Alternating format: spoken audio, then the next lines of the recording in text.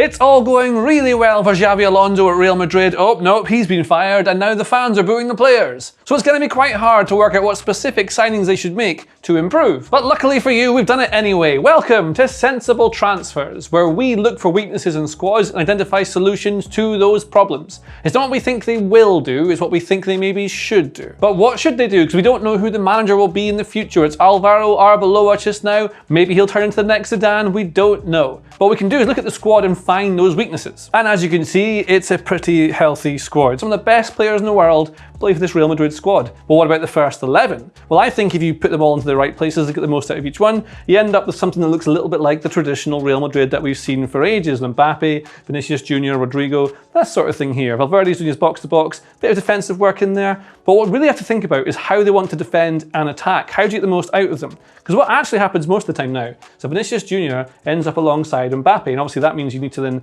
change the way this midfield looks to try and balance that out, especially in defence. So it probably looks like something like a 4-4-2, maybe something like this. And that's actually what they've been doing an awful lot of. Like this. This is the shape, like a 4-4-2 kind of shape. But this is just the shape, the formation. What about how they actually want to defend against the ball and play with it? Because we know that Alonso wanted to play very high up the pitch. They have similar possession to what they did last season, but the average line of the defence is much, much higher under Alonso than it was at any time under Ancelotti. So that's one thing. And as we can see, Real Madrid's pressing went really high, nuts under Alonso. He wanted to win the ball back high up the pitch. But not everyone wanted to play like that. It requires real discipline and commitment to defending. And when you take players off because they're not doing it the way you want, you end up with very unhappy individual superstars. Basically, with Ancelotti, what they'd often do is try and play over the top to the fast runners. That's what they had. Alonso wanted to push higher up the pitch and have more possession in those advanced areas. But for both of these things, you need players with progressive passing. Someone who can get the ball over the top, or someone who can keep hold of it and link play together. So we need to look and see who can do that. And what we have is we look at Aurelien Tchouameni. Now, he often plays at centre-back, but what you get is someone who keeps the ball,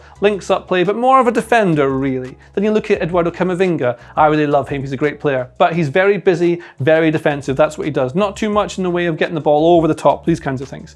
Valverde is a box-to-box player. He's fantastic, one of the best players in the world, definitely. Jude Bellingham, a great all-rounder. He's much better than maybe you'd even realise he actually is, but more of a goal threat closer to goal. What they actually really need is Toni Kroos. Now, he's not available anymore because he's retired, but you can see the way he links play, the way he's a creative threat and can launch passes.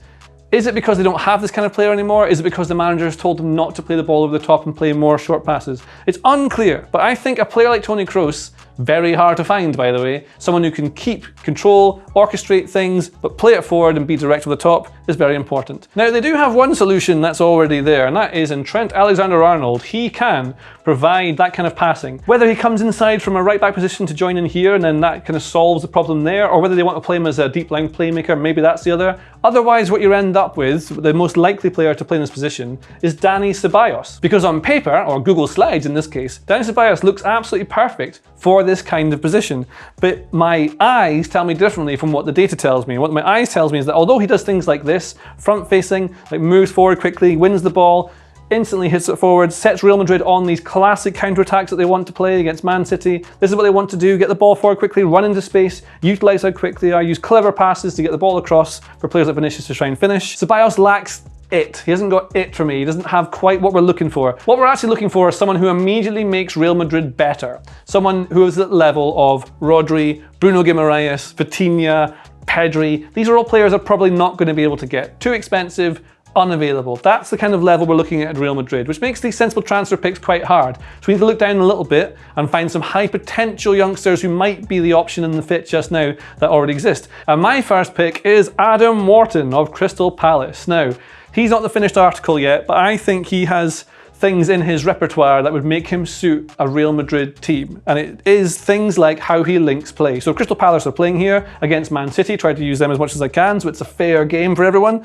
What he does is moves constantly to link play. He can orchestrate how things work. So when the ball comes into him, he takes the half turn, he looks forward, always looks for the next pass, plays it in behind. That's what he does. Again, Real Madrid want to play in behind people with those fast strikers. It makes absolute sense to do that. But he knows the right times to do it, when to slow it down, when to speed it up. It's La Pausa, that's what he's got. So here's Wharton again, demanding the ball, always wants it, gets it, moves forward, runs into space, drives forward. Now, he's got options. You can see there are players running in behind. He can play those passes to them. Instead, he shifts it wide to slow it down, get the team into position, make sure the player's in the right position so you can attack properly. When the ball comes back to him, he's already looking up, ready, and then he spots the pass pass, plays it in behind, and it's a much better chance from higher up the pitch. The kind of thing that Dani Ceballos could probably do, but I think Wharton would be able to do that and some more of the holding, deep lying playmaking stuff, especially in build-up. But again, Adam Wharton, very expensive. Maybe it's not sensible. It is. But how about another player, a young wonder kid who probably isn't actually ready yet just now, but could potentially be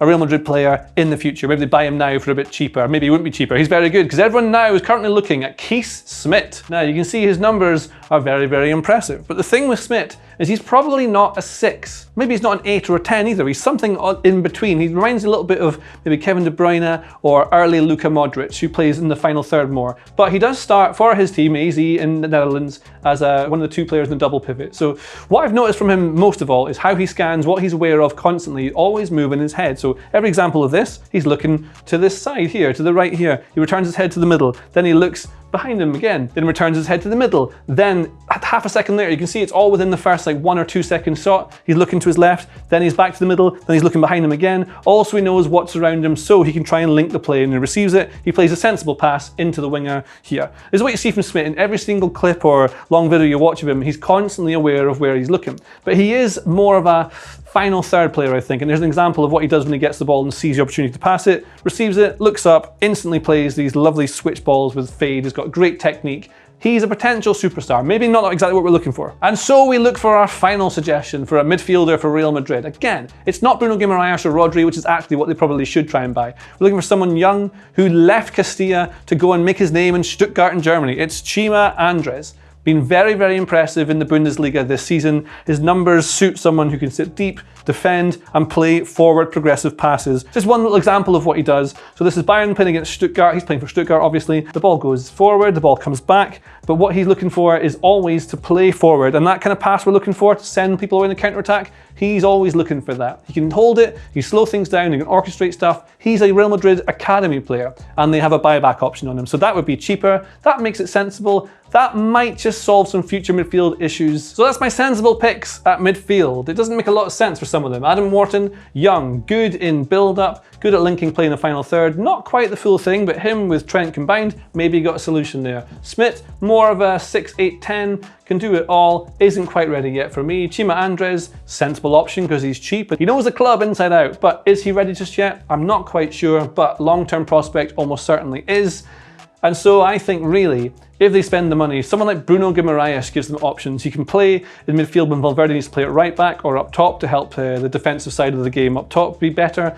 Or he can play as a 6, he can do it all basically. But he's one of the only players in the world who would actually make this midfield better. But there's an even more important position we need to address before the midfield, and that is at centre-back, because Real Madrid, shockingly, are rather light there. Basically, they're always injured. You can see that there are just too many injuries at centre-back for Real Madrid to cope with. They need someone to come in. But for Real Madrid, we need to find the very best. Now, if you think about maybe Arsenal centre-backs, Gabriel and Saliba, that's probably not going to happen just yet because they're very expensive and they're settled in a winning team. But what we need is someone who is at that level, the very elite. What I think they also need characteristic-wise is someone who is a leader, someone who wins their battles, someone who wins headers and can play with the ball. A good footballer with the ball, someone who's a bit crazy out of possession with it. And that's why my first sensible pick for Real Madrid is none other than Christian Romero. It just feels right. It feels like that. A World Cup winning centre-back who captains his team. This is the kind of thing you want. Now, one of the problems when you're trying to look at centre-backs with data is that oftentimes the numbers don't really look very impressive. Like Romero, for example, has some numbers that are pretty good here, like tackles, 1 interceptions. But is it good that he's always having to make those? Do you want a player who's busy with defending, or do you want someone who's less inclined to go straight into things, someone who's a bit calmer? Virgil van Dijk's numbers don't look that high, for example, because he's not having to do so much. But there's different ways looking at them. If we use our eyes, we can judge these players, and I think Romero just feels right for Real Madrid. But another player who would cost lots of money, but is definitely going to be one of the world's best, is the kind of thing that you should be looking for, is William Pacho at PSG. Now, he plays more on the left-hand side, and this is the issue, because Romero tends to be on the right-hand side. Now, he could replace Militao, who's always injured, being right there. Housen is the other danger. If Housen's not maybe getting in the team, this is where you bring in someone like Pacho. So you could end up with a centre-back pairing of these two, which would be very, very strong. But these two signings don't seem very sensible. They're very expensive. They make sense for me, but they're maybe not sensible. What's sensible is probably someone who's an upcoming wonder kid who is going to be a leader and a captain in the future, who should be at the top of his game and has already played quite a lot of games at a young age. And Antonio Silva of Benfica kind of suits what we're looking for here. He's a future star, hasn't been the best in the last little while, and Thomas Araujo's taken his place at Benfica, but there's a player there in the future. Would you have that next to Dean Howson? It's probably too much. Maybe like Strahinja Pavlovic at AC Milan.